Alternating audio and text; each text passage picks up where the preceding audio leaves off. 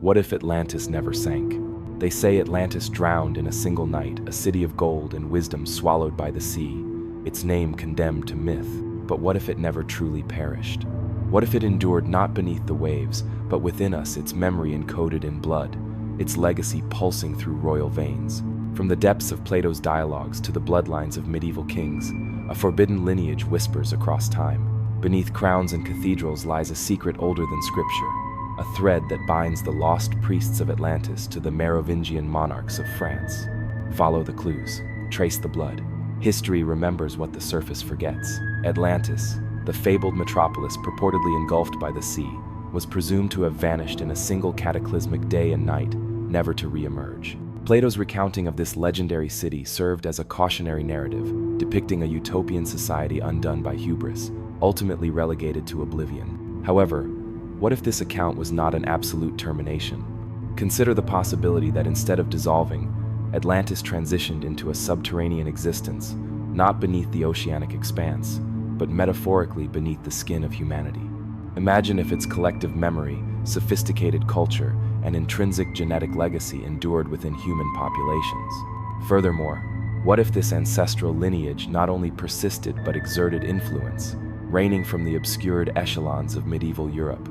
The Merovingian kings, celebrated for their distinctive long hair and sovereignty over Frankish Gaul, left behind a legacy interwoven with tales of extraordinary feats, mysterious entities, and unexplained phenomena.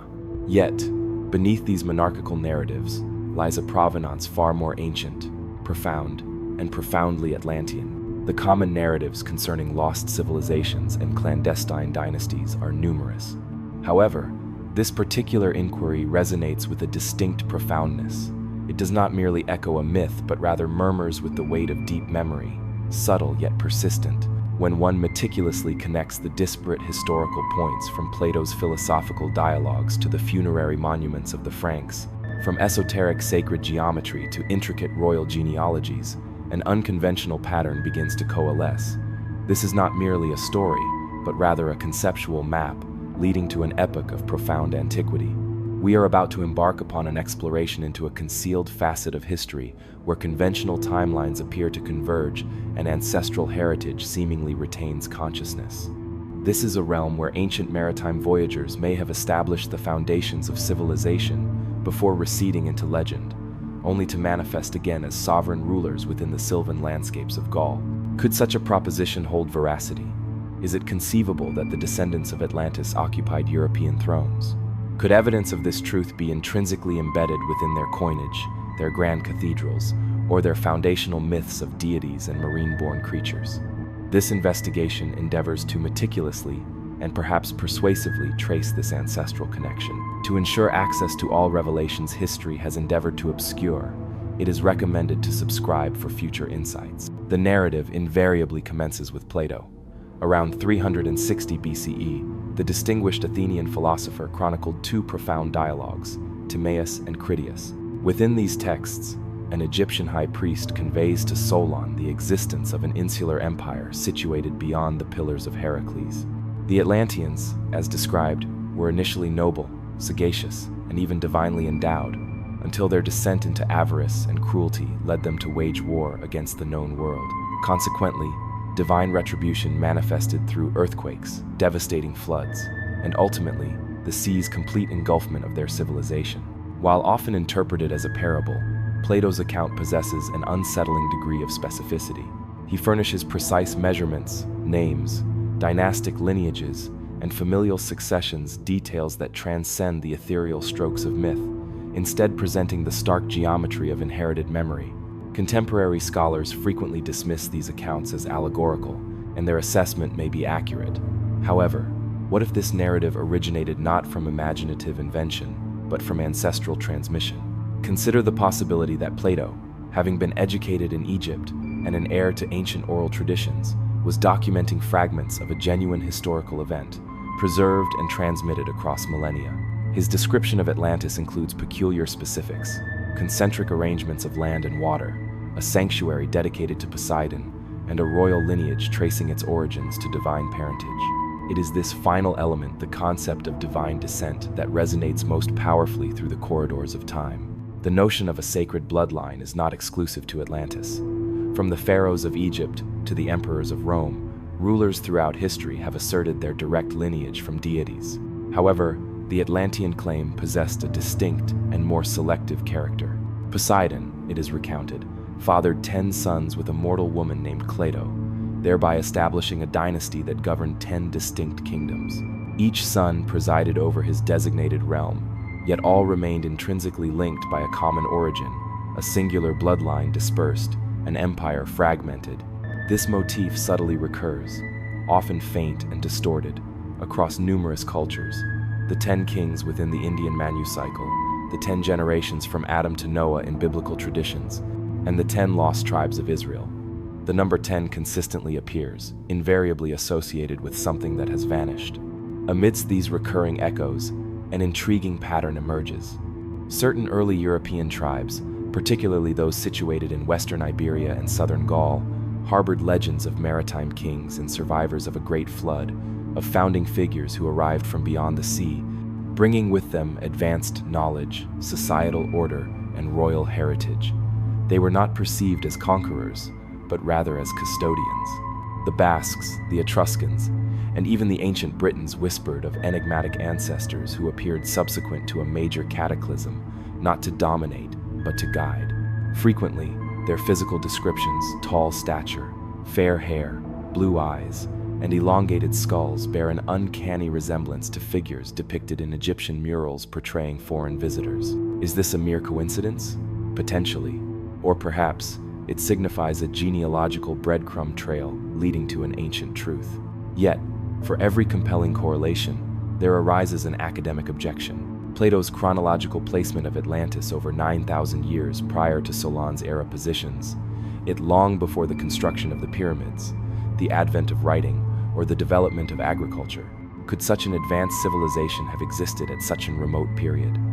Most scholars maintain this is improbable, citing a sparse archaeological record and daunting logistical challenges. However, other researchers contend that a global catastrophe, such as the abrupt termination of the Younger Dryas period approximately 11,600 years ago, aligns almost precisely with Plato's specified date. If a sophisticated seafaring society predated this deluge, its remnants would now reside deep beneath the ocean's surface or lie buried beneath millennia of sediment, concealed and lost. Nevertheless, for those who postulate the existence of this ancient precursor culture, Plato's narrative transcends mere myth. It functions as a crucial clue. His meticulous geographical details, his emphasis on bloodlines, and his almost obsessive focus on moral decadence and divine retribution all appear remarkably specific. He even asserts that the memory of Atlantis was transmitted through priestly families, custodians of esoteric knowledge. This concept of priest-kings safeguarding ancient truths will recurrently manifest as this intricate history unfolds. It flickered within the temple rituals of Egypt, smoldered beneath the vestments of the Druids, and later burned subtly within monastic enclosures. One particularly intriguing connection arises from an obscure interpretation concerning the city of Tartessos, a mysterious, semi-mythical port civilization in southern Spain, documented by Greek and Roman sources. Some unorthodox historians posit that Tartessos was either established by Atlantean refugees or represented a surviving outpost of their culture. It possessed considerable wealth, distinctive artistry, and unusual burial practices, before it too inexplicably disappeared, much like its supposed progenitors. Its geographical proximity to the Atlantic Ocean, coupled with Plato's assertion that Atlantis lay beyond the Pillars of Heracles, imbues Tartessos with a shadowy identity, a liminal echo of the submerged capital. Naturally, the entire premise hinges upon the degree to which one accepts Plato's account as factual. Was he narrating historical events veiled in fable, or merely constructing a moral metaphor? Critics frequently cite the unfinished nature of Critias, which abruptly ceases mid-sentence, claiming this demonstrates the tale was never intended to be fully coherent or real. However, it is also plausible that the narrative concluded abruptly because it was deemed too perilous to complete, or perhaps too closely approximated a truth that certain circles were unprepared to acknowledge. This possibility lingers, casting a pervasive mist over the Aegean Sea.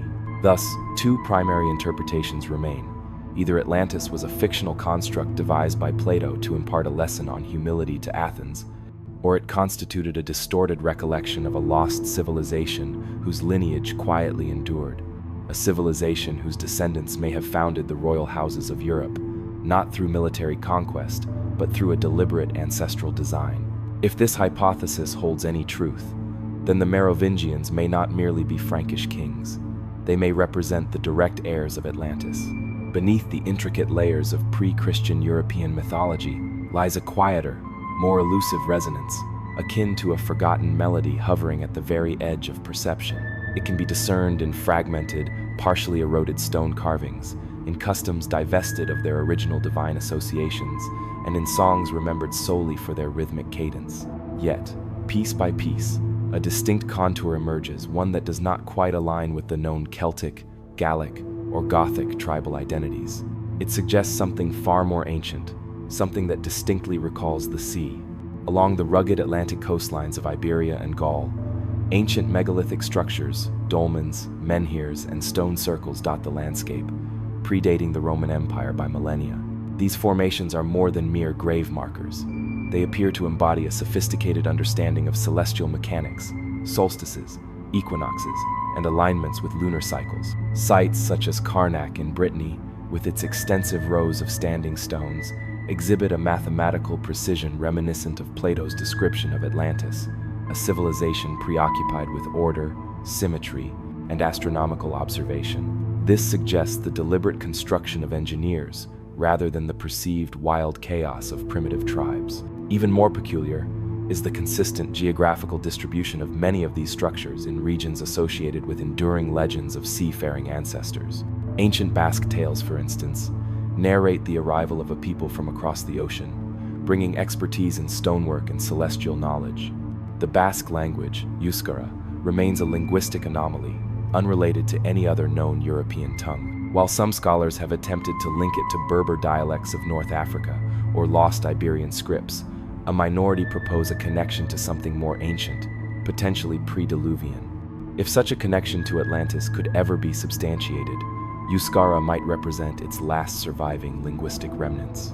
The connection becomes even more compelling when considering specific symbols etched into ancient stones, spiral motifs, interlaced circles, and concentric designs, all evoking Plato's description of the Atlantean capital with its rings of land and water.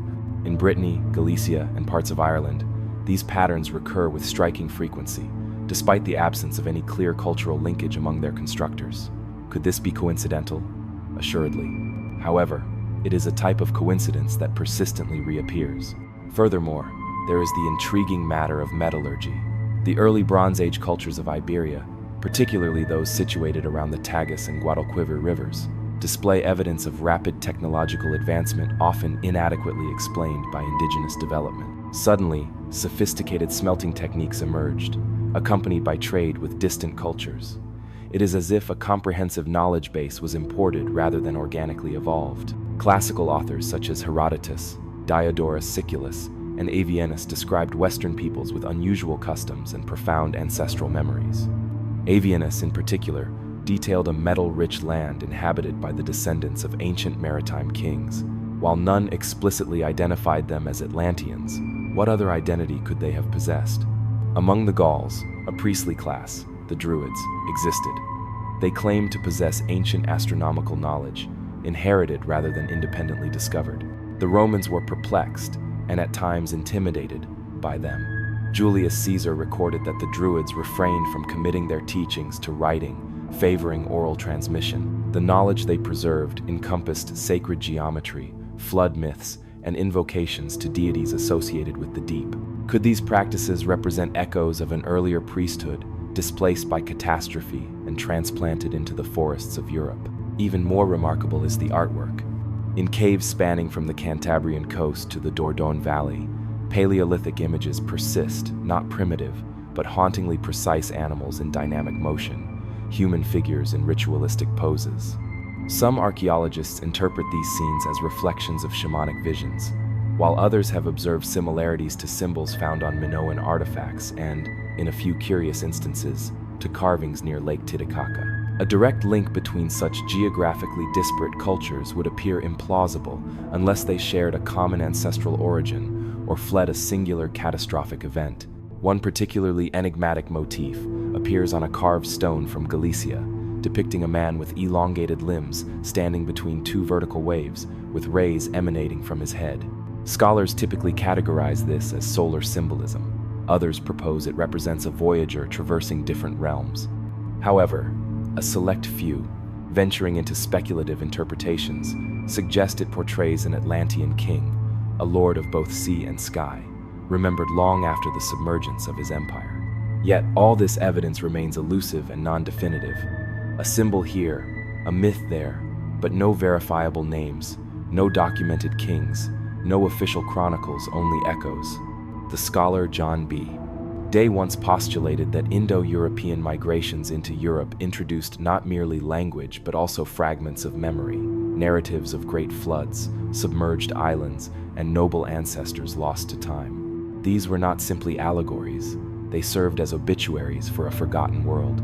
Conversely, others entirely reject this notion, arguing that similarities in mythology arise naturally as humans endeavor to comprehend nature's destructive power.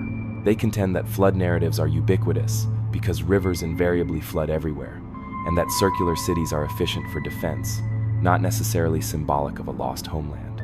And perhaps they are correct. Perhaps all these motifs simply originate from parallel cultural development. However, the sheer concentration of Atlantean-like features along the Atlantic coasts of Europe is challenging to dismiss. When these cultural elements begin to intertwine with royal lineages, and when their symbols are found inscribed on scepters and woven into royal vestments, the subtle murmurs grow louder. An intriguing detail surfaces upon examining early Merovingian regalia. Certain seals and signet rings feature concentric motifs, tridents, and even aquatic creatures, symbols rarely associated with Frankish heraldry. It is subtle, often obscured beneath layers of Christian iconography, but it is demonstrably present, perhaps decorative, or conceivably a concealed code, a deep memory. If the earliest European elites did inherit any legacy from a submerged precursor civilization, it was not solely knowledge, but a narrative, a story of origin shrouded in discretion, intended to be safeguarded, not proclaimed. The further back one traces the Merovingian ancestry, the more one delves into a nebulous realm of myth, a primeval forest where deities coexist with monarchs and genealogies dissolve into legend. Yet, somewhere within that primeval forest, an ancient voice whispers of a time predating Rome, predating Gaul, even predating the Celts, when the rulers of humankind emerged from the sea. Section 4. The Sea Kings and the Blood of Poseidon. They emerged from the west, navigating the ocean's expanse, as if propelled by a divine force, not as invaders, but as instructors, not as plunderers, but as founders. Across the spectrum of myth and fragmented accounts, within fractured tablets and partially recited legends, these figures are consistently encountered, the Sea Kings. These regal personages appeared after a cataclysm, asserting their direct lineage from the ocean itself, and invariably, they carried divine blood within their veins. No single civilization independently generated this pervasive motif. It rippled across diverse cultures like a shared ancestral memory, a discreet whisper transmitted from one port to another, from one century to the next. In the southern regions of the Iberian Peninsula, long before the arrival of Roman vessels, a civilization flourished along the marshlands of the Guadalquivir River. Tartessos, enigmatic, prosperous, and ultimately forgotten. Herodotus alluded to its vast wealth. Strabo positioned it beyond the Straits of Gibraltar, and Greek writers frequently described it in reverent tones typically reserved for divine entities. Tartessos engaged in extensive metal trade, possessed kings with Hellenized names, and then vanished with an abrupt finality that continues to perplex archaeologists. No definitive ruins or royal burial sites have been definitively identified. Yet, the narratives persist tales of a seafaring kingdom governed by sagacious monarchs, said to be descended from Poseidon, perhaps echoes of a progenitor land that succumbed. Further north, amidst the mist-shrouded islands of Ireland and Scotland, one encounters the Tuatha De Danann, the legendary children of the goddess Danu. They too arrived by sea in vessels that glided like clouds, imparting profound knowledge of healing, metallurgy, and the principles of kingship. They were reputed to be exceptionally beautiful, tall, and otherworldly. When eventually superseded by later settlers, they did not perish, but merely receded into the hills, transforming into legend. The pattern is strikingly consistent: seafaring individuals of divine lineage bringing enlightenment, only to subsequently disappear. Even among the Berbers of North Africa, a group often overlooked in these historical discussions, myths recount fair-skinned, blue-eyed ancestors who emerged from the sea after a cataclysmic fire consumed their homeland. These ancestors, according to traditional narratives, imparted knowledge of astronomy, architecture, and mathematics. The Tuareg of the Sahara preserve oral histories of a submerged kingdom situated beyond the Pillars of Heracles. Furthermore, the Dogon people of Mali, known for their inexplicably advanced astronomical knowledge concerning Sirius B, speak of aquatic deities who descended from the stars, or perhaps ascended from the abyssal depths. The fundamental thread weaving through these narratives is not merely water, but lineage bloodlines imbued with an inherent otherness, undeniably divine, yet also biologically transmitted. Poseidon, in Plato's account, engendered the Atlantean lineage through a mortal woman named Cleito. Their son, Atlas, became the inaugural king, and the continent adopted his name. However, the lineage extended further. 9 additional sons, 10 distinct regions, a singular sacred bloodline, fractured yet intrinsically bound. This was not a mere allegory of morality. It constituted a dynastic model, a family tree meticulously designed for perpetuation, a royal genome, and it did not remain buried. Across millennia, these myths subtly evolved into the genealogical claims asserted by Europe's most ancient noble houses. The Merovingians, in particular, exhibited a profound preoccupation with their origins. They traced their ancestry not to Rome, nor even to the Trojans as many contemporary dynasties did, but to a primordial entity, a creature or deity that emerged from the sea. The Salian Franks perpetuated tales of a sea monster impregnating a queen, resulting in the birth of Merovec, the dynastic founder. This represents an unusual method of sanctifying a crown, unless its true purpose was to subtly invoke something profoundly ancient, something Atlantean. Mainstream historians have conventionally dismissed the Merovingian sea beast myth as purely symbolic, a metaphor for strength, mystery, or a wild, primordial origin.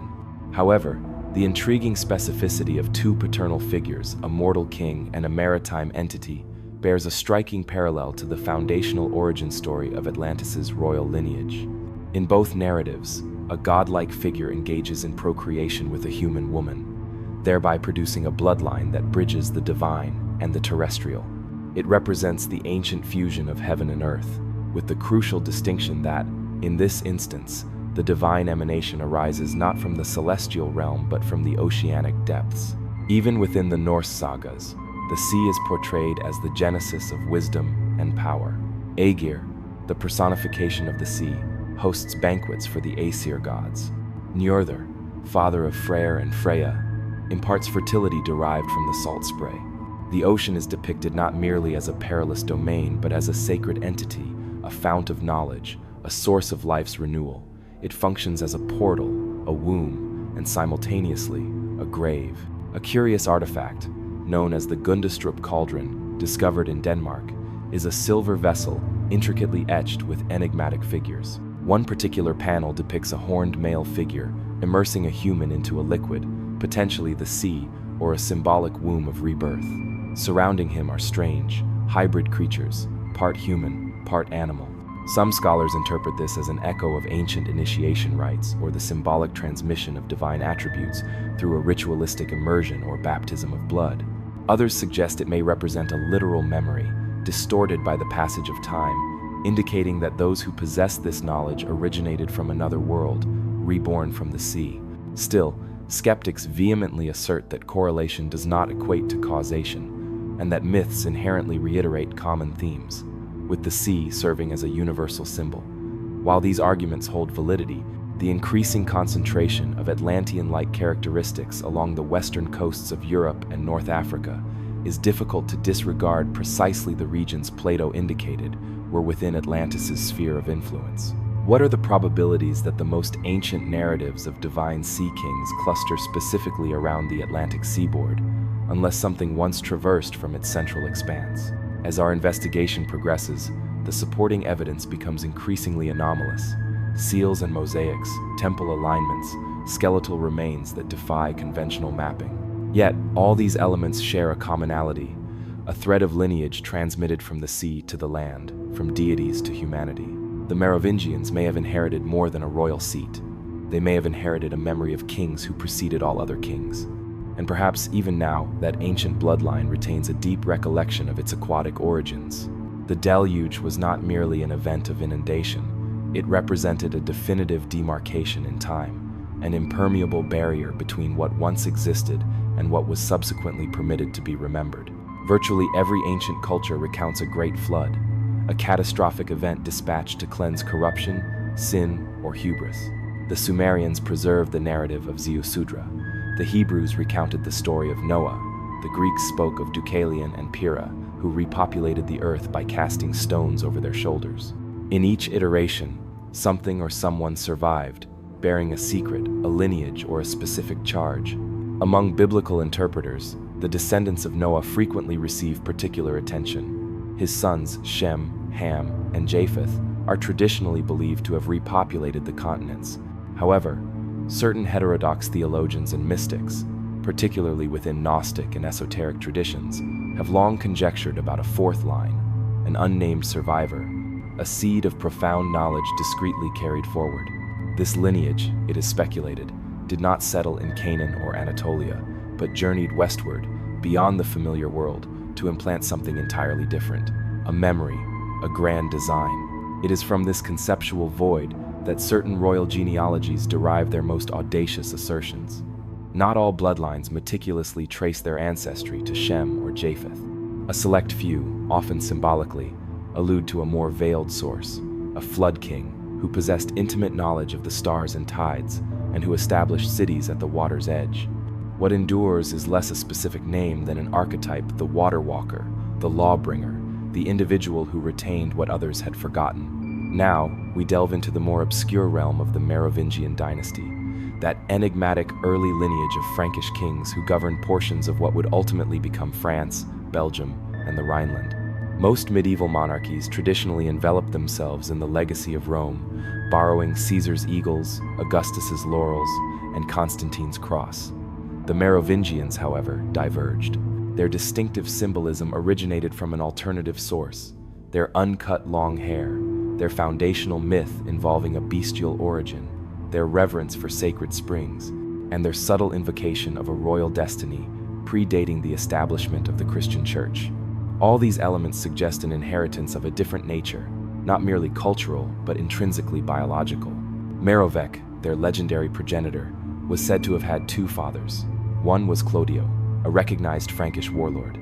The other, and this is where the narrative shifts, was a creature from the sea. Some accounts describe it as a sea beast, others imply a god. However, nearly all versions concur that Merovec was no ordinary child. His very conception represented a fusion of worlds, his blood a bridge between the terrestrial and the abyssal. Historians frequently dismiss this narrative as symbolic, interpreting it as strength, mystery, or primal power. Yet, what if the myth encodes a genuine memory? What if the image of the sea creature was not a metaphor, but a legacy? After all, the Atlantean bloodline originated in precisely this manner. Poseidon, consorting with a mortal woman, Cleito, thereby engendering a lineage of 10 sons, simultaneously half human and half divine. If the tale of Merovec represents a distorted echo of that foundational myth, then we are observing not merely a Frankish legend, but a profound Atlantean resonance. Another perspective is offered by the curious emergence of the Fisher King motif within the Merovingian sphere. Best known from Arthurian legend, the Fisher King is a wounded guardian of a secret lineage, often associated with a hidden relic, such as a sacred chalice.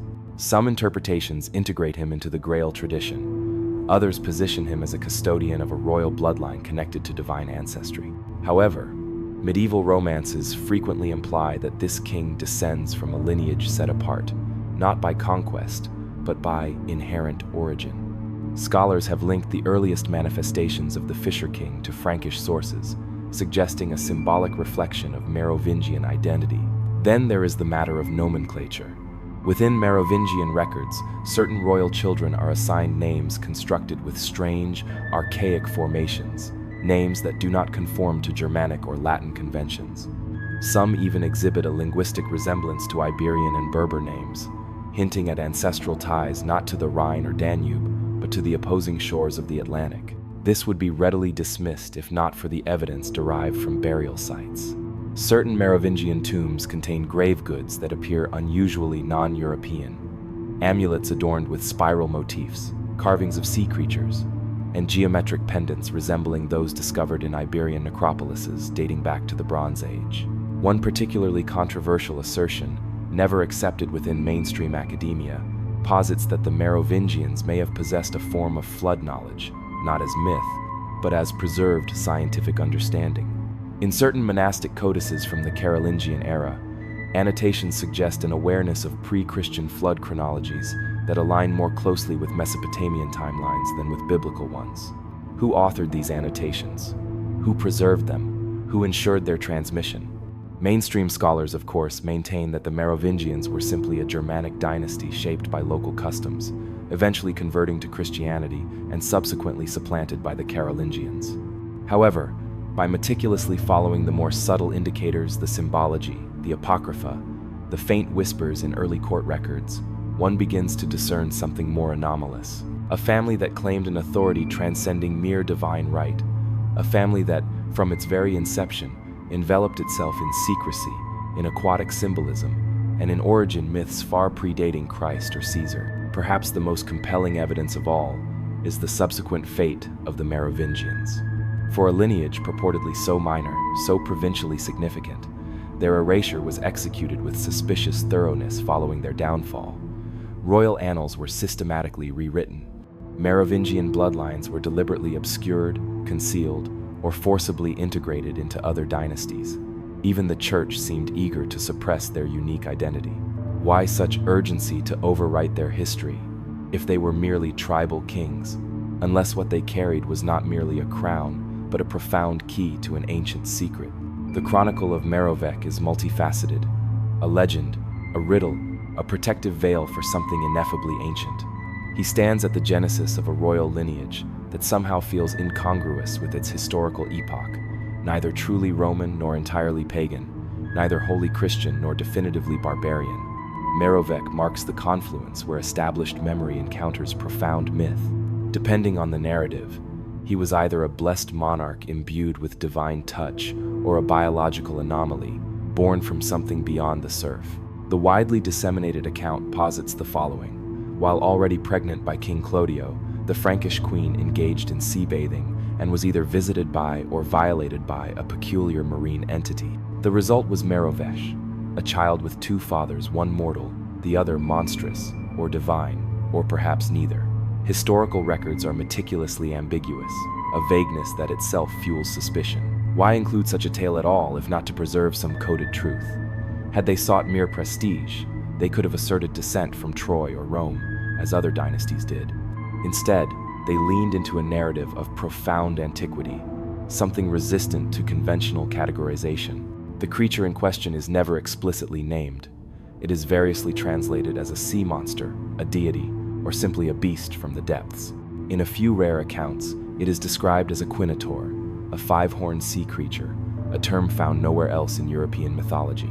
Some propose the name was fabricated post facto to fill a narrative void. Others suggest it represents a misremembered allusion to something far older, perhaps an Atlantean symbol distorted by the passage of time and linguistic translation. Consider the quinator for a moment. 5 horns. Why 5? Why a sea beast with such an unusually specific cranial description? Those familiar with ancient Atlantean iconography, as preserved in later esoteric diagrams and mosaics, might recall depictions of divine kings adorned with tiered crowns or 5-pronged headpieces, symbolizing dominion over the 5 Atlantean zones. Plato's Critias describes Atlantis as divided into 10 regions, ruled by 10 suns, 5 on each side of the central capital. The numbers 5 and 10 were evidently sacred, representing symmetry, power, and balance. For those with esoteric knowledge, 5 horns were not merely decorative, they denoted hierarchical rank.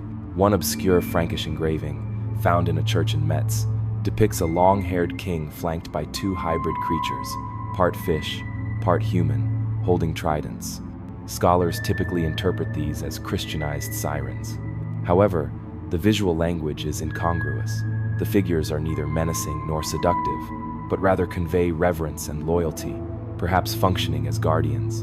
And the king, depicted barefoot in water with his robes trailing like seaweed, suggests a monarch born not in a palace, but from the tide itself.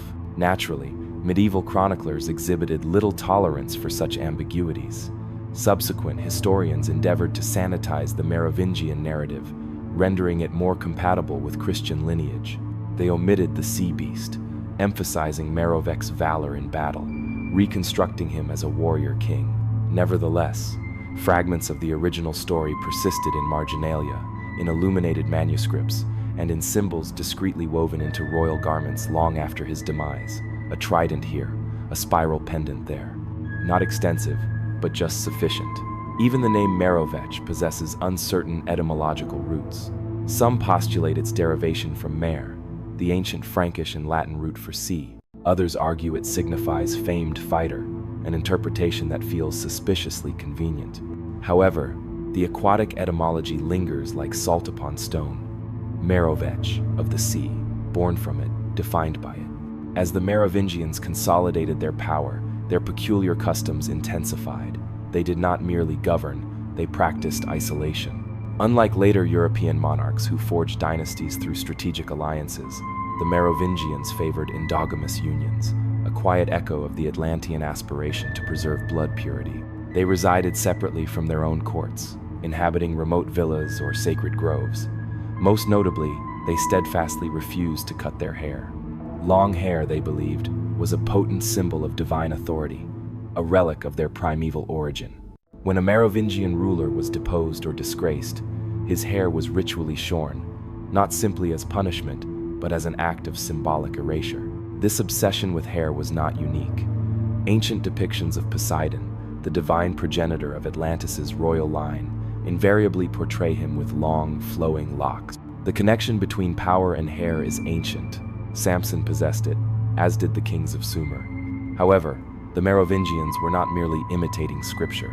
They were preserving an unspoken truth, the memory of an ancient pact forged beneath the waves. One particularly enigmatic event within the Merovingian chronicles often remains unexamined. Dagobert II, a later king, was exiled as a child to Ireland. There, according to scarce Irish sources, he was reportedly raised not by monks, but by druids, or their surviving remnants. Upon his return, he reinstated certain court rituals that the church found deeply unsettling: libations poured onto stone altars, nocturnal processions near sacred springs, and symbols that predated Christ. These were not customary Frankish practices, they were ancestral remnants. Dagobert's reign was brief, his death abrupt and suspicious, and the church moved swiftly to efface his memory. His name was expunged, his relics dispersed. Only later did a faint reverence return, with pilgrims visiting his tomb and monks preserving his legend within partial prayers. Yet, within these prayers, something peculiar stirs hints of a hidden doctrine, a truth he reportedly carried that distinguished him not only from his rivals but from the church itself. A few surviving Gallic scrolls, copied in Irish script, cryptically refer to a Book of the River, a gospel attributed to a peripatetic teacher whose teachings fell like water upon the sleeping stone. This is not any recognized scripture. It speaks not of sin but of memory, not of salvation but of profound awakening. Its recurring central theme is that the blood of kings conveys intrinsic knowledge, and that remembrance is rooted not in the intellect but in lineage.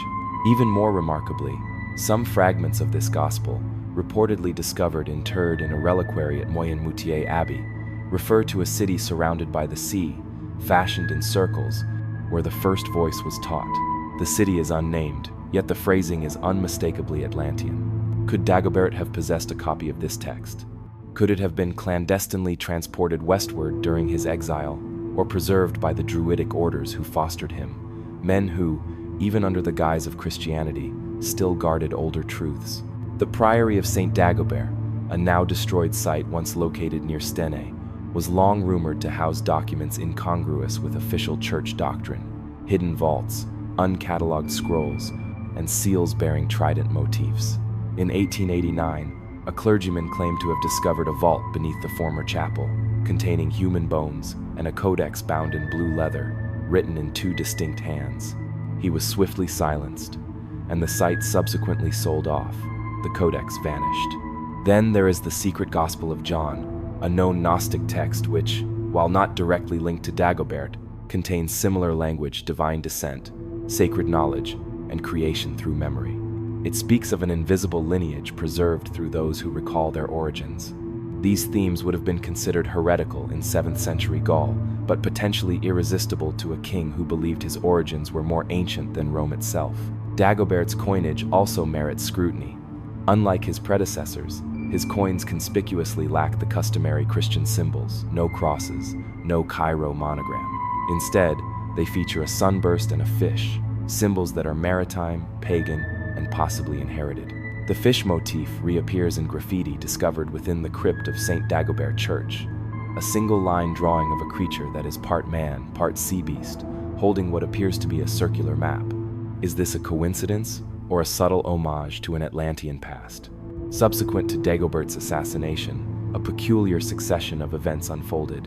His son, Sigebert, never ascended the throne. Instead, the dynasty fragmented, records became obscured, and the Carolingians, supported by the papacy, rose to power in their stead, systematically effacing Merovingian identity under a more amenable historical narrative. This transition was not merely political, it was profoundly mythological. The wild, sea-born kings were replaced by Roman Christian reformers. Lineage became less mystical and more legally defined, and anything hinting at a forbidden bloodline was assimilated into silence. Some esoteric historians posit that Dagobert's gospel survives in fragments, dispersed within the verses of troubadours, encoded in monastic marginalia, or transmitted through oral traditions preserved by Cathar and Templar lineages. One passage, purportedly traceable to a 12th century Occitan poem, speaks of a sleeping crown beneath the salt, guarded by the book that sings of circles. Salt, circles, song, these are consistently the same symbols, the same forgotten origin. To the Church, any assertion that a gospel existed outside of Rome's ecclesiastical sanction, particularly one connecting divine knowledge to a specific bloodline, was intolerable and dangerous. However, to Dagobert, it may have represented his inherent destiny. His reign was brief but replete with symbolic actions. He revitalized ancient festivals, patronized unconventional abbeys, and reportedly conveyed to a bishop shortly before his demise that the stone is not the church. The water remembers what the stone forgets. What was his intention? Perhaps nothing. Or perhaps he was quoting a line from a text lost to recorded history, preserved solely within the blood he carried and the rituals he vaguely recalled. The notion that kingship is not bestowed by the sword or the crown, but by profound remembrance, that those who originate from the deep carry the deep within their very being. A perilous gospel, indeed. The Priory of Sion, to some, a historical footnote, to others, a mere jest. However, for those who have meticulously investigated the more nuanced trajectories of history, those paths winding through ruined abbeys, obscured manuscripts, and cryptic symbols etched in stone, the name resonates with a more profound significance, a weight, a quiet admonition. Long before it became a popular cultural phenomenon, the Priory existed as a discreet rumor, an organization comprising not merely mystics or monks, but guardians not of relics, but of a specific bloodline. Most accounts of the Priory commence in the 20th century with Pierre Plantard and the controversial parchments associated with Rennes-le-Château. Yet, if one resists the impulse to dismiss all this as modern fabrication, and instead traces the roots backward through convoluted genealogies and disputed documents, something unforeseen emerges. A consistent pattern that invariably seems to circle back to the Merovingians and to a very specific conviction that their bloodline was not only legitimate, but sacrosanct. This protection, it is believed, was entrusted to a tacit brotherhood long before it entered the realm of popular fiction. Let us begin with the Dossier Secrets, a collection of documents deposited in the Bibliothèque Nationale de France in the 1962. These papers, of admittedly disputed origin, outline a genealogy tracing the lineage of Jesus Christ through Dagobert II and the Merovingian line. This alone is sufficient to disconcert conventional historians. However, beneath the theological overlay, a deeper truth may flicker. that the Merovingians carried not merely a messianic inheritance, but a pre-Christian, even pre-Abrahamic legacy, fundamentally Atlantean in its genesis. What these documents suggest, once divested of their religious veneer, is startling: that the Priory of Sion was formed not in reaction to Christian heresy, but to safeguard something far older, a biological lineage, a memory preserved through strategic marriages, ritual practices, and encrypted codes. Their paramount concern was not spiritual salvation, but biological preservation. If Atlantis ultimately fell, the priory functioned as the generational bridge that carried its bloodline through the succeeding centuries. This guardianship assumed various forms. At Rennes-le-Château, the now infamous hilltop village in southern France, the priest Berenguer Saunière purportedly discovered scrolls concealed within a church pillar parchments that reportedly linked the Merovingian bloodline to ancient rites and unknown benefactors. Saunière mysteriously acquired considerable wealth and obsessively restored the church with unusual iconography: demons, stars, pregnant women, and altars bearing inscriptions such as "This place is terrible." Was this theatricality or a genuine warning? The crucial point is not whether Saunière fabricated the mystery, but that the mystery itself was already present. The region of Languedoc, with its Cathar ruins, labyrinthine caverns, and historical association with heterodoxy, has long been considered a crucible for forbidden knowledge. The Knights Templar established their presence there. The Cathars suffered persecution there. And long before either, Merovingian kings held court in the same region. Too many coincidences, too much silence. One curious artifact from the area, briefly held in a bishop's private collection before its disappearance, was a carved wooden box containing a bronze disc etched with 10 interlocking rings. Around its perimeter were names not of saints or apostles, but of kings, predominantly Merovingian. The disc, according to one account, ostensibly mapped the descent of light from the sunken temple. This phrase appears nowhere else in Christian writings, yet it resonates profoundly with the Atlantean mythos of a temple lost beneath the waves and of rulers descended from a deity of the sea. The priory, according to its own lore, meticulously preserved this knowledge in layers of code, art, ritual, and genetic tracking. Its purported grandmasters, Leonardo da Vinci, Nicholas Flamel, even Isaac Newton, were not merely philosophers, but custodians of this intricate pattern. If even a fraction of this holds true, then the priory's mission was not purely spiritual. It was biological, political, and possibly even archaeological. Naturally, historians dismiss these claims. The priory is a hoax, they assert. The documents were forged, and Plantard himself recanted. And this stance is reasonable. Much of the public-facing narrative is riddled with contradictions. Yet, beneath the theatricality, older threads persist: letters, sigils, and symbols found in cathedrals constructed centuries before any alleged forgery. A recurring trinity, the trident, the spiral, and the tear motif, often dismissed as decorative, but occasionally positioned with unsettling precision over doorways, beneath altars, invariably oriented westward. One fresco in a ruined abbey near Poitiers depicts a scene never sanctioned by the church: a crowned man emerging from the sea, holding aloft a scroll. Around him monks bow, not in worship, but in deference. His face is unblemished, his crown bearing 5 points, like the Kinotaur. The scroll bears a single word: memores, to remember. The implication is haunting, that memory is power, that lineage is more than history, it is design, that the priory's role was not to teach or to preach, but to safeguard a bloodline that carried the final code of an ancient civilization. And if they succeeded, if their lineage endured, it would imply that Atlantis never entirely perished. It merely became embodied. They arrived cloaked in white mantles, emblazoned with red crosses, pious warriors sworn to poverty, chastity, and obedience. Yet, within a single generation, the Knights Templar evolved into the most formidable and influential order in Christendom. They accumulated immense wealth, political sway, and profound secrets. However, they were not solely dedicated to protecting religious relics.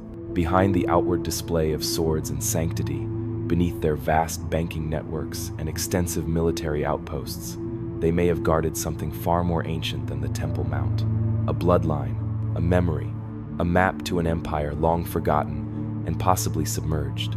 The official origins of the Templars are widely known. In 1119, 9 knights pledged themselves to defend Christian pilgrims en route to Jerusalem. However, they did not dedicate their initial years to safeguarding roads. Instead, they spent them excavating beneath the ruins of Solomon's temple. For nearly a decade, they tunneled in secrecy, far from public scrutiny.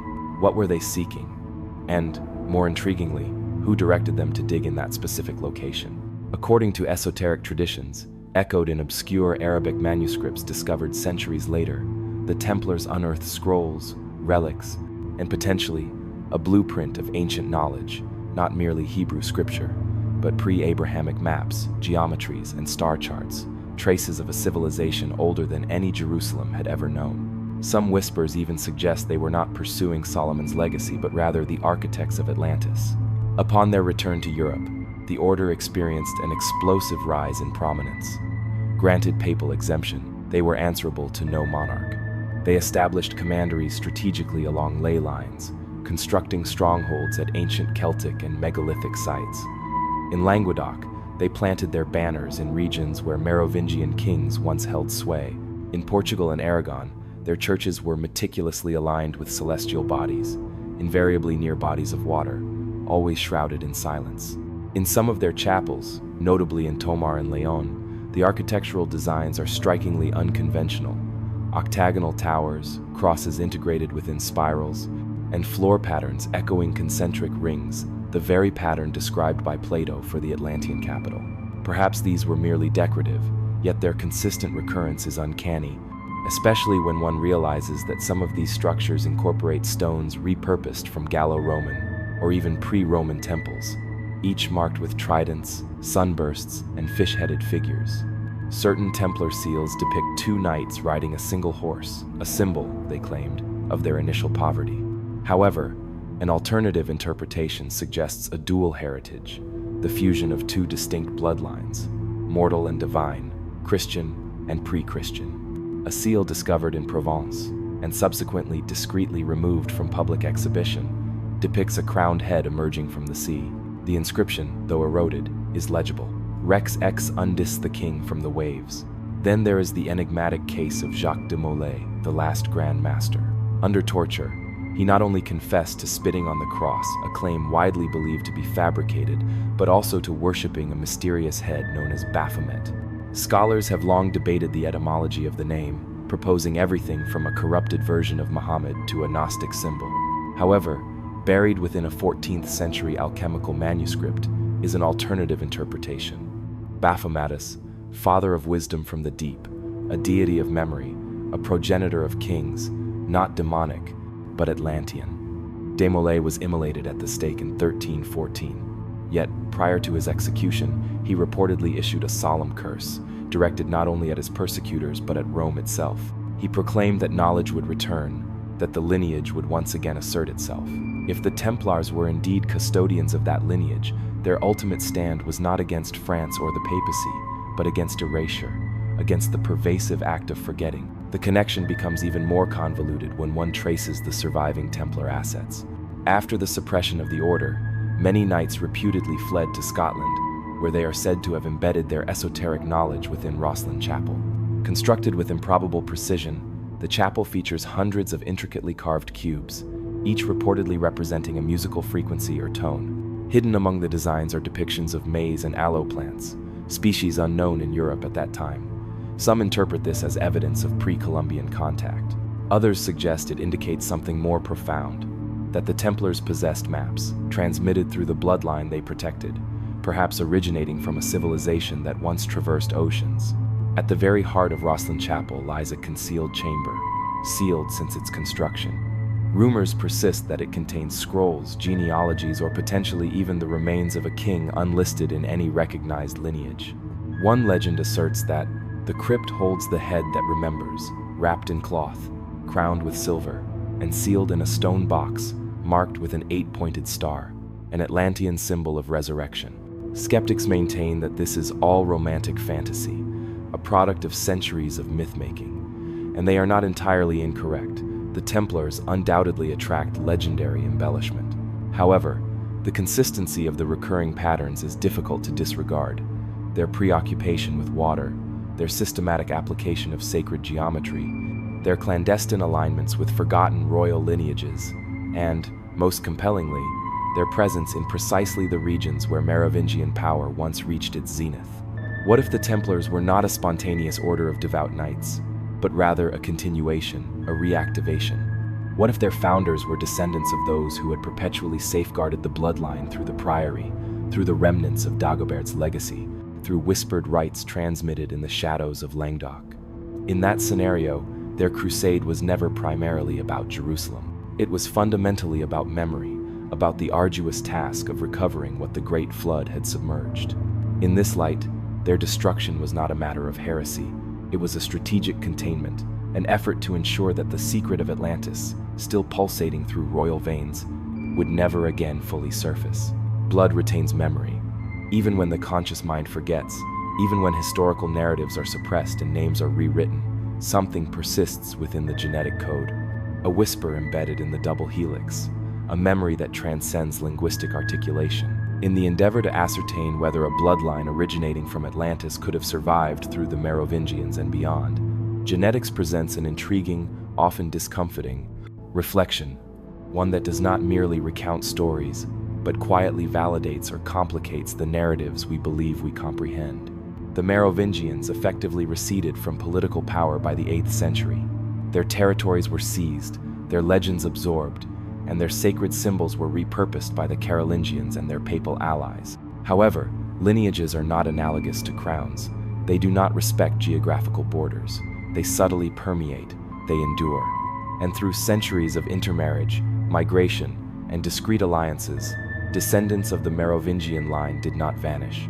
They assimilated into the nobility, into merchant families, and occasionally even into peasant bloodlines forgotten by official history, yet biologically intact. Recently, scientific inquiry has begun to rediscover them. Modern geneticists, utilizing ancient DNA, have mapped various royal haplogroups, clusters of inherited markers transmitted exclusively through the paternal line, specifically via the Y chromosome. Among these, a peculiar subclade appears in a very specific geographical corridor, northeastern France, the Ardennes, and parts of Belgium. This cluster, associated with haplogroup R1 BU106, is not inherently unusual. However, certain rare mutations within it appear disproportionately in families that can trace their ancestry back to Austrasia, the historical heartland of the Merovingians. Some of these families, asserting descent from minor nobility or forgotten branches of the Frankish elite, have preserved genealogical charts eerily consistent with early medieval records. When compared with surviving bone fragments, particularly dental remains from Merovingian-era graves, partial matches have emerged not conclusive enough for legal validation, but certainly suggestive, a subtle resonance within the empirical data. More striking are the mitochondrial DNA results, representing the maternal line. In certain individuals linked to Merovingian descent, sequences appear that echo North African and Iberian haplogroups more prevalent in ancient Berber and Basque populations than in Germanic ones. This correlates intriguingly with earlier findings. The Merovingians, while geographically Germanic, exhibited cultural and symbolic affinities with Atlantic Sea peoples. If their maternal lineages indeed extend to North Africa and Iberia, it substantiates a migratory history unacknowledged by official chronicles. Then there is the persistent Basque question. For years, geneticists have been perplexed by the Basque population, isolated, linguistically unique, and genetically distinct. They possess haplogroups and allele frequencies that indicate a remarkable preservation of pre-Indo-European ancestry. Some heterodox researchers, and a few courageous academics, have noted surprising genetic overlaps between the Basque population and certain noble French lineages thought to be Merovingian in origin. Could the Basques represent not merely a cultural island, but a genetic arc, a fragment of the same ancient lineage diverted westward and preserved in linguistic amber? Even more controversial claims exist. In 2013, a private genetics firm in Switzerland published an internal study comparing a select group of French and Scottish families with unusual spiritual traditions and extensive oral histories of sea ancestry. While the study was never peer-reviewed, its leaked data points suggested shared genetic markers indicative of a deeply ancient, possibly pre-Neolithic founder population. Critics dismissed it, yet others observed something anomalous. These same families possessed long histories associated with sacred geometry, stellar lore, and ritual alignments that defied regional customs. In essence, they behaved like communities, endeavoring to remember something ancient through encoded patterns, rather than through explicit creed. Skeptics, naturally, contend that genetics cannot definitively prove Atlantis' existence. And they are correct. No DNA test can assert that a specific individual's great-grandmother originated from a submerged island. However, what genetic data can achieve is to highlight anomalies, concentrations, overlaps, and strange echoes that suggest a narrative more ancient than the conventionally accepted one, a bloodline that defies the migratory story propagated by the victors. Even more remarkably, the Church, historically skeptical of genetics as a tool for theological inquiry, has demonstrated unexpected interest in royal DNA. In 2004, Vatican scholars discreetly assisted in the exhumation of what were believed to be the remains of a Merovingian bishop. The official justification was historical preservation, but unofficial rumors circulated that they were testing for specific haplogroups, the same ones linked to earlier Hebrew priestly lines, and more curiously, to Phoenician traders. The implication was that they were not merely verifying history, but searching for something unrecorded. The connection to Phoenician bloodlines reintroduces an old, unsettling theory that Atlantis, if it existed, may have seeded multiple civilizations, including the seafaring Canaanites, who subsequently evolved into the Phoenicians. If so, then a Merovingian connection to Phoenician DNA would not be incidental. It would be profoundly ancestral and deliberate. Yet, what truly matters here is not the scientific data itself, but the underlying apprehension it may evoke. For if even a fragment of the Merovingian lineage carries unique genetic markers tied to lost civilizations, it fundamentally alters established historical parameters. It reassigns legitimacy. It recontextualizes myth as verifiable memory, and it introduces a disconcerting prospect that blood can transmit secrets that the conscious mind cannot retain. This is what the Templars may have understood, what the Priory may have protected, what Dagobert may have died defending, not a relic, not a gospel, but a strand of genetic code more ancient than the pyramids, imprinted with a frequency recognizable only by the deep. Blood remembers. Certain words no longer resonate within the linguistic repertoire of contemporary individuals, syllables lost to pervasive silence, scripts reduced to enigmatic etchings on stone. However, if Atlantis truly bequeathed a legacy that subtly permeated the Merovingian lineage, then somewhere within the intricate folds of history, its inherent voice, or at least its distinctive accent, must persist. Language transcends mere communication. It represents memory encoded within breath. And for those whose origins trace back to the deep, that memory may still echo in forgotten alphabets and unspoken etymologies. Commence the investigation at the most evident point. Euskara, the Basque language.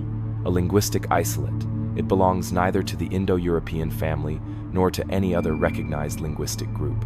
It stands in resolute isolation along the western periphery of the Pyrenees, its syntax idiosyncratic, its etymology elusive. Its origins remain unknown, and no convincing connections have been established with neighboring tongues. The Basques, for their part, simply refer to it as Euskara Zahara, the old language not explicitly ancient or indigenous, but merely old, as if it had been introduced, not intrinsically developed. In the 20th century, linguist Theo Veneman proposed that Basque might represent the surviving fragment of a larger pre-Indo-European language family, once widespread across Europe, subsequently displaced by migrating tribes, but preserved in mountainous enclaves and coastal strongholds. If this hypothesis holds true, then Euskara could potentially harbor whispers from a time before recorded history, when megaliths were nascent and spiral carvings held profound significance for an earlier populace. Some of these individuals may have been Atlanteans or their direct descendants. Intriguing correlations emerge when comparing Basque with ancient Berber dialects, particularly the extinct Numidian script and Proto-Tifinagh inscriptions discovered across North Africa. Certain root words for water, mountain, and star exhibit uncanny similarities, not sufficient to claim a direct linguistic lineage, but enough to suggest a shared ancestral origin, one that perhaps spanned the Mediterranean, influencing both Iberia and Africa before its source was engulfed by the sea. Among the Merovingians, documented linguistic records are scarce. However, what survives is peculiar. Royal names such as Merovec, Clovis, and Childeric defy straightforward etymological categorization. Some scholars link them to Frankish or Gothic roots. Others suggest more ancient threads extending back to Gallic or even pre-Celtic tongues. More significantly, the royal court employed scribes who utilized a blend of Latin, Old Frankish, and what some termed a vulgar tongue, a term that may obscure something more profound than a mere dialect. In several early Merovingian charters, place names appear that do not align with known tribal languages. Names like Oticiodorum and Tractum, while Romanized, seem to preserve older, untranslatable cores, residues of a language no longer actively spoken, only obliquely referenced. One particularly curious fragment, preserved in the Abbey of Luxeuil, describes a prayer or incantation recited during royal coronations. The text is partially Latin and partially in an unknown language. The unknown portion, when transliterated, exhibits a cadence and structural organization more akin to Afroasiatic languages than Germanic ones, with repetitive prefixes and consonant pairings reminiscent of early Semitic or Berber chants. Furthermore, the Latin segment refers to the unknown half as lingua memor, the language of memory, a coincidence, or a veiled confession. Modern cryptolinguists, analyzing Merovingian-era inscriptions, have identified recurring symbols in marginal carvings, tridents, spirals, and cross within circle motifs, frequently accompanied by minute glyphs that do not correspond to any known medieval script. One stone discovered near Saint-Dizier, dated to the early 7th century, bears what appears to be a linear inscription of 13 characters. Most dismissed it as a mason's mark. However, one researcher noted that its structural composition resembled Linear A, the still undeciphered writing system of Minoan Crete, a culture often implicated in fringe theories as being Atlantean or Atlantean adjacent. If a linguistic trail exists, it is not a clear road, but a winding river, shallow and prone to disappearing underground, yet its subtle current is undeniably present. The Templars, whom we now suspect may have preserved fragments of the Merovingian tradition, also engaged in peculiar linguistic practices. In certain encrypted documents, particularly the so-called parchments, words appear that match no known tongue, neither Latin, nor Occitan, nor Arabic. Some theorize it was a code. Others suggest it was the preservation of a sacred language transmitted orally, recorded only in fragments, a tongue of kings, a tongue of the deep. What language might Atlantis have spoken? There is no definitive answer.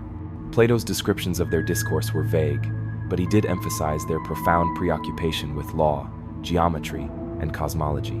A civilization founded upon principles of order would likely possess a language characterized by ratios, rhythms, and resonance, perhaps more melodically sung than explicitly spoken, perhaps more mathematical than grammatical.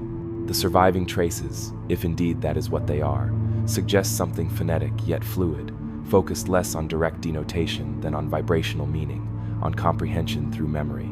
In this context, perhaps the language was never intended to be preserved in stone at all. Perhaps it was meant to be sung, transmitted from parent to child in lullabies, encoded in melodic cadence rather than written text.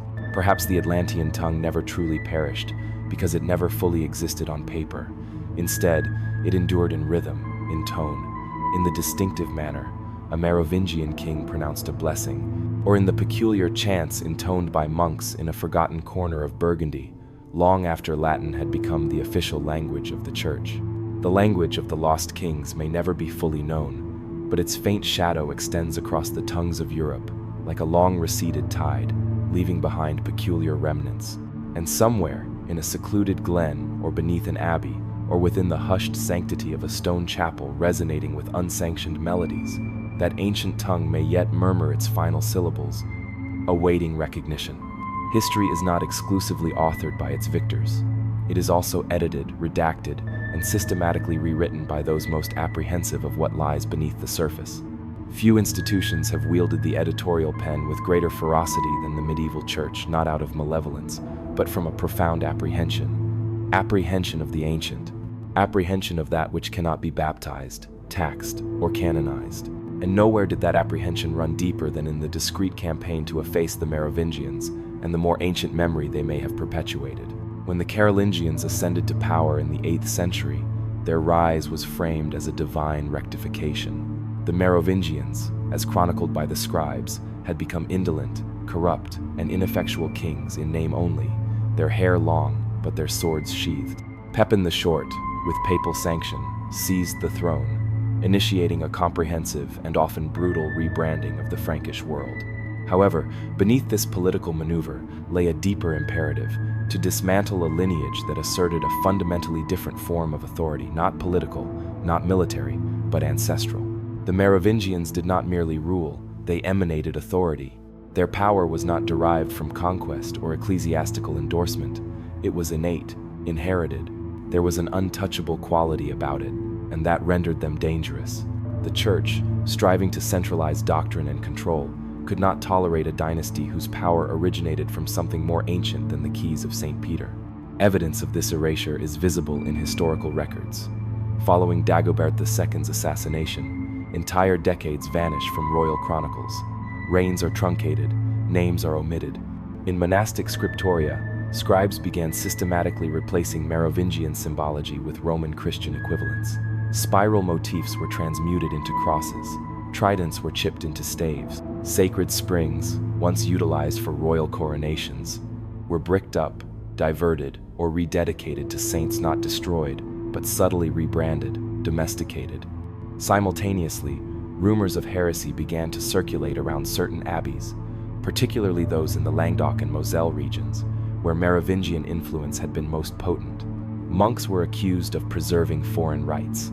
Some whispered of clandestine altars beneath the main chapels where ancient chants, sung in unknown tongues, were offered not to Christ but to the memory of the sea. The Church responded discreetly but efficiently.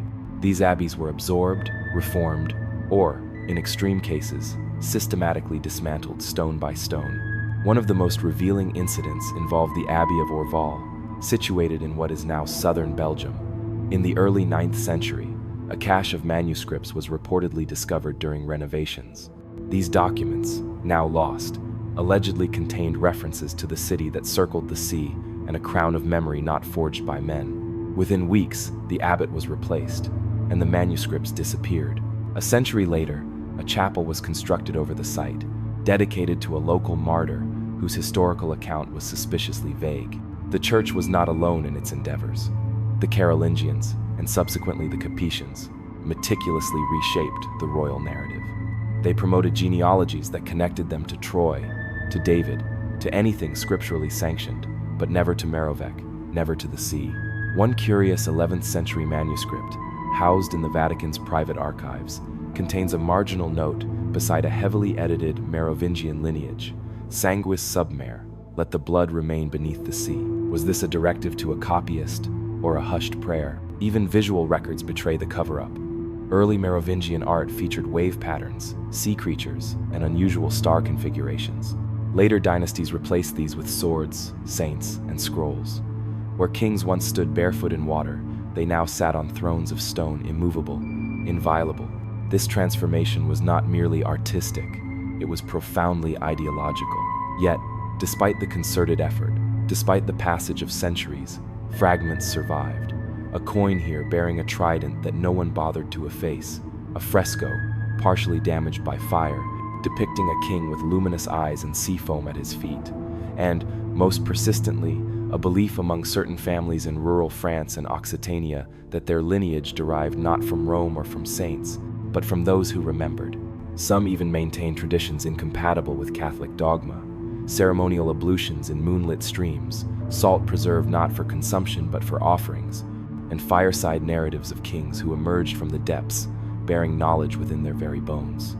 In each instance, the Church intervened gently, educating, redirecting, and sometimes relocating entire communities. The objective was not punishment.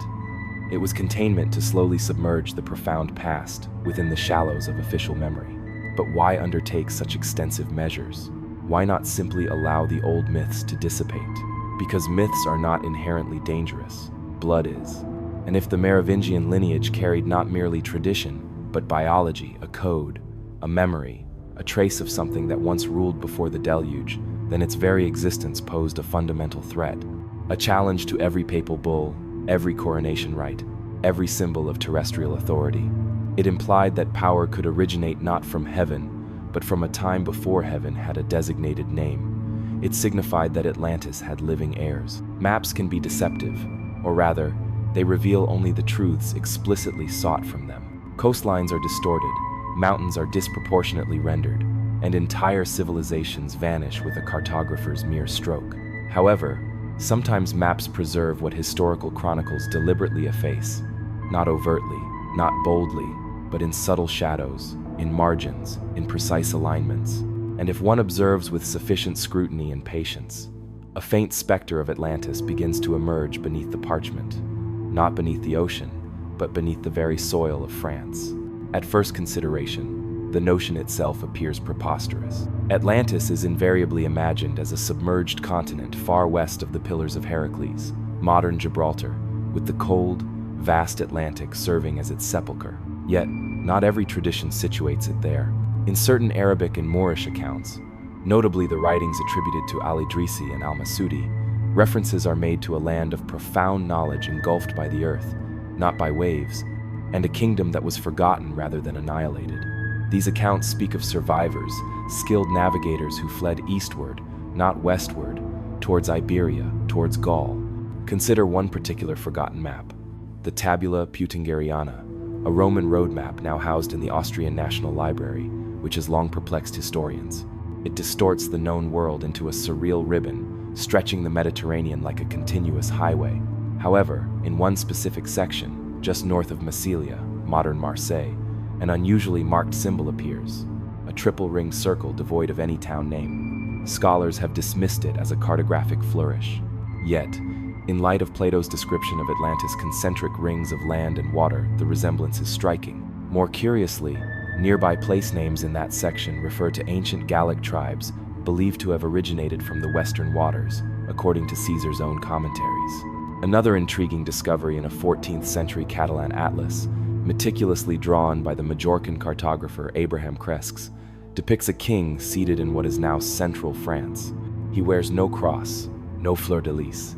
Instead, his crown is oceanic, rising in tiers like waves. Beside him, an inscription in Latin and Arabic states, Rex qui venit ex mare interno, the king who came from the inner sea. Most interpreters assume this refers to the Mediterranean. However, the phrase mare internum also appears in earlier Egyptian documents, referring to a sea within land, enclosed and hidden. Perhaps a metaphor, perhaps not. Now, consider ley lines, often dismissed as pseudoscience. Ley lines are purportedly energetic pathways connecting ancient sacred sites. Yet, even if the inherent energies are speculative, the precise alignments are demonstrably real. Cathedrals, dolmens, Templar strongholds, and Merovingian tombs fall along remarkably precise axes. One such line extends from the Rennes-le-Château region, through Saint-Denis, and northeast towards Aachen. Another cuts from the Pyrenees, through Saint-Germain-en-Laye to Rosslyn Chapel in Scotland. Many of these points align with older pagan sites and, curiously, with ancient riverbeds long since buried. One theory postulates that these alignments form not merely paths, but outlines the geometry of a symbol, a code. When meticulously plotted, they sketch a spiral overlay across France, converging on a central point near Limoges. In some esoteric traditions, this region is known as the Navel of Gaul, a place from which the memory of the sea still rises like steam, a poetic flourish, undoubtedly, or potentially a geological clue. In 1997, a group of amateur archaeologists reportedly discovered beneath a vineyard in the Haute-Vienne a series of concentric stone walls, partially collapsed, with drainage patterns suggesting alternating land and water channels. The landowner dismissed them as natural geological formations. However, a subsequent survey revealed a regularity too precise for mere coincidence. The structure matched, within a 3% margin, the dimensions provided by Plato for Atlantis' central city. Nothing significant materialized from this discovery. The press largely ignored the story. However, some assert that the site was quietly acquired by a religious foundation with purported Vatican connections. And then there are the stars. Numerous Merovingian and Templar sites align not only with each other but with specific celestial bodies, particularly Sirius, Aldebaran, and the Pleiades. These are the same stars that Plato's Atlantis was said to venerate in its temple rituals. More remarkably, a handful of early French portolan charts, used by sailors prior to the invention of the compass, bear star-shaped symbols on land, not for navigational purposes, but for memory. One such symbol near the Loire River is marked Domus Atland, House of Atlantis. Time and again, the clues suggest not a submerged city, but a civilization buried not by water but by time, political machinations, and deliberate suppression. The descendants of Atlantis may have re-established themselves not across the ocean, but under a different appellation. Perhaps not as an overt empire, but as a discrete network, a chain of interconnected places bound by geometry, shared blood, and an enduring narrative, forming a silent map beneath the one we conventionally perceive. At the core of that map, a bloodline, one that remembers not through articulated words, but through inherent symbols, circles, spirals, stars not on banners in stone, not in history books, but intrinsically encoded. The Merovingians had no need to explicitly declare their origins. They carved it, concealed it, allowed it to merge with pilgrim routes and prayer chants, until only the initiated could truly decipher it. Thus, perhaps the fundamental question is not where Atlantis was located, but rather, how does one interpret a map drawn from profound memory? The circle of inquiry now draws to a close. You have followed the subtle whispers through fractured stone and recontextualized scripture, through geometry etched into silence, through kings whose gaze held the sea and whose bones retained ancient memory. As you stand at the threshold of the known, contemplating this extensive thread of ruins and rituals, a distinct image coalesces not entirely clear, yet transcending mere myth. Atlantis was not merely a geographical location. It constituted a pervasive pattern, a code of lineage, authority, and intrinsic knowledge transmitted not through grand empires, but through ancestral veins. It was a flame flickering discreetly beneath royal vestments, rings, and seals, carefully sheltered through deluges, infernos, and collective oblivion. The Merovingians were not simply rulers.